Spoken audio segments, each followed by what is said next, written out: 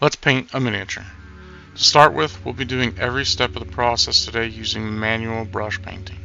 This video is to show you a good method for painting miniatures, specifically Battletech miniatures, without using an airbrush at all. With that in mind, the first step is to prime the figure. For this, I'm going to use a somewhat large brush that I don't care too much about, and I'll be priming with unthinned black primer from Monument Hobbies. There are two things to worry about when brush priming miniatures: pooling and brush strokes. For pooling, it's a matter of making sure that the primer doesn't pool too thick in any cracks or crevices. If you find that your primer has pooled somewhere, clean your brush on a paper towel and simply dab the brush in the pool to soak up some of the primer. For brush strokes, there are two key points. One, don't spend too much time brushing in one location. Make 2 to 3 strokes in one spot and then move on to the next spot that needs coverage. Secondly, apply 2 layers to get an even coat. If you do this, the second layer will cover up the normal streakiness you get when brush priming. Once you've done this, it's on to the next stage. Today I'm going to show you how to dry brush your figures.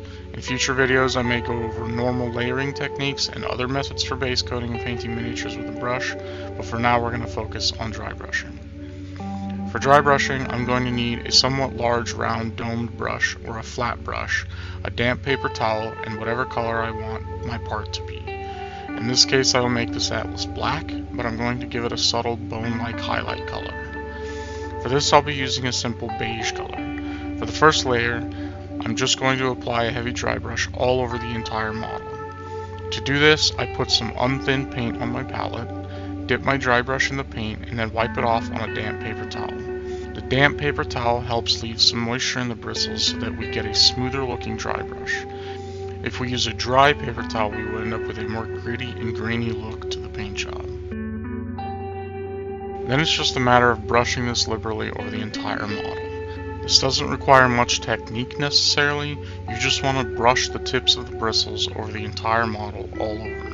In the next step, I'm just going to bring up the previous color a bit and apply it a bit more targeted, this time focusing my dry brushing on the upper surfaces of the model. As in my previous video painting the Chiquina, we'll call these areas highlighting zones. We do this to add variation to the color of the model, which will make the overall piece much more interesting in the end. Once we've finished dry brushing, the next step is to bring shadow back into the model by applying an enamel wash. If you don't have enamels, you can try using black or burnt umber oil paint, but I prefer enamels as they dry much faster and allow us to progress at pace. In most cases, I use Tamiya black panel liner for shading my mechs. Sometimes I will do things a bit differently and use dark gray or even a brown enamel wash, but this time we're sticking to black as the mech itself is black. Once the enamel wash is finished being applied to all surfaces of the model, I use low odor mineral spirits and a small makeup sponge to remove the wash from the raised parts of the model. Now we move on to brush painting. Well, first sponge painting. I want the atlas to be a bit weathered and worn, so for this I will apply first some sponge chipping to the model. For this we want a piece of Pluck foam or similar packing foam, even a kitchen sponge will work. Just tear the end off so you have a rough textured end. From there we thin out our highlight color a bit with water, then dip the sponge in the paint, dab it on a paper towel a few times, and then tap the end of the sponge on our model to apply small paint chips. I focus this step on and around the edges of objects most of all, as in reality these would be the most worn and beaten. As a note, just make sure at this stage that you don't go overboard with the chips. It's very easy to apply too much and make your model look messy rather than worn. Make sure you only have a little bit of paint on your sponge when doing this and just make light tapping motions. After that, we're going to apply my usual edge highlights to the model. I'll use the same color as before, slightly thinned with water just so that it flows off the brush well. And I will take a nice sharp brush and start edge highlighting the model. I focus my edge highlights mostly on upper panel edges, because if you highlight every edge on the model, it tends to look a bit like Tron, and I tend to avoid this as much as possible. In this case, you'll see I'm also not applying simple solid edge highlights. Instead, I'm trying to add more texture and a look of wear by almost stippling my brush strokes, picking up the brush here and there to create jagged lines instead of solid highlights. The next step is to paint the Atlas's skull face. To do this, I'm going to take some of our same beige color we edge highlighted with, and I will apply some simple base coats to the panels on his face. The only thing to note here is I'm making sure to avoid the dark panel lines and only paint inside the panel so we don't lose the shading we've already applied. I also carefully paint in the tiny little teeth one by one with a simple dot of paint on each, quote, tooth.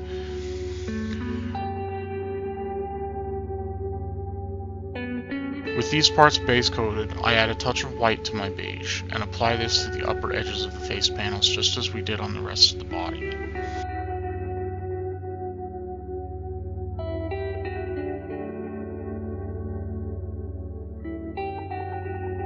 Once the face is painted, I go ahead and paint the gun barrels in gray, and then highlight these by adding white and applying the second layer in a smaller area down the length of each gun barrel.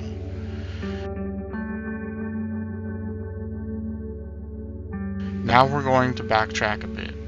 I decided that the rest of the mech needs some brighter highlights, so before we move on to details, I bring back my beige and white mix and lightly highlight various edges on the mech, being sure not to overdo it and apply it on too many areas, because we don't want to completely eliminate or cover up the previous highlight. We just want to highlight the highlight. But now we'll get on to fun stuff. It's time to add some freehand details.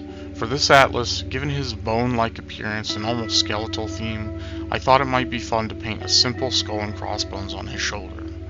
To do this, I'm just going to use an off-white color thinned down to a nice flowy consistency, and I start building the shape of the skull. With freehand, getting your paint to the right consistency is key. You need the paint to flow from your paintbrush properly so that you're able to paint using the very tip of your brush without issue. I generally add water to my paint in about a 50-50 ratio for this. You can also add a slight amount of retarder, which will help prevent the paint from drying on the tip of your brush. I first draw the simple outline of a skull shape, then fill it in carefully. To make the crossbones, using a light touch, I carefully stipple the paint on in the generic shape of a bone, being sure to leave the space between the skull and the bone so that they stand out from the skull itself. I then repeat this 3 more times around the skull to add each bone. Once this is finished, I mix up a little bit of black paint with some water in the same way as before, and we'll use this to paint in some simple eye holes and a nose hole. Again, just using light touches with the tip of the brush. For the eyes of the Atlas, I'm going to paint them glowing. It doesn't really make sense since this is technically the cockpit, but it'll look cool, so I'm going to do it anyways. We want to basically build from a dark red up to a pure white in the center of each eye. I use a basic layering approach for this. Base coat the eyes in dark red, then paint most of the inner surface in a brighter red, and then the inside of that layer receives a touch of red mixed with white, and lastly a small dot of pure white in the very center. But to sell the glowing effect, we'll need some light reflecting off of the area around the eyes, which is pretty simple. Thin down some bright red with maybe 75% water, and then just carefully brush this on around each eye. This is akin to glazing, which is a technique that I'll discuss in later videos. The very last thing to do, because I'm so cool and edgy, is to paint the number 13 on the Atlas's other shoulder, to signify just how bad to the bone this dude really is. I follow the same approach as the skull, but use a pale yellow this time, and simply brush on with the very tip of my brush a tiny number 1 and number 3. If you make mistakes or the numbers aren't even or quite right, just bring back some black paint to touch up the area.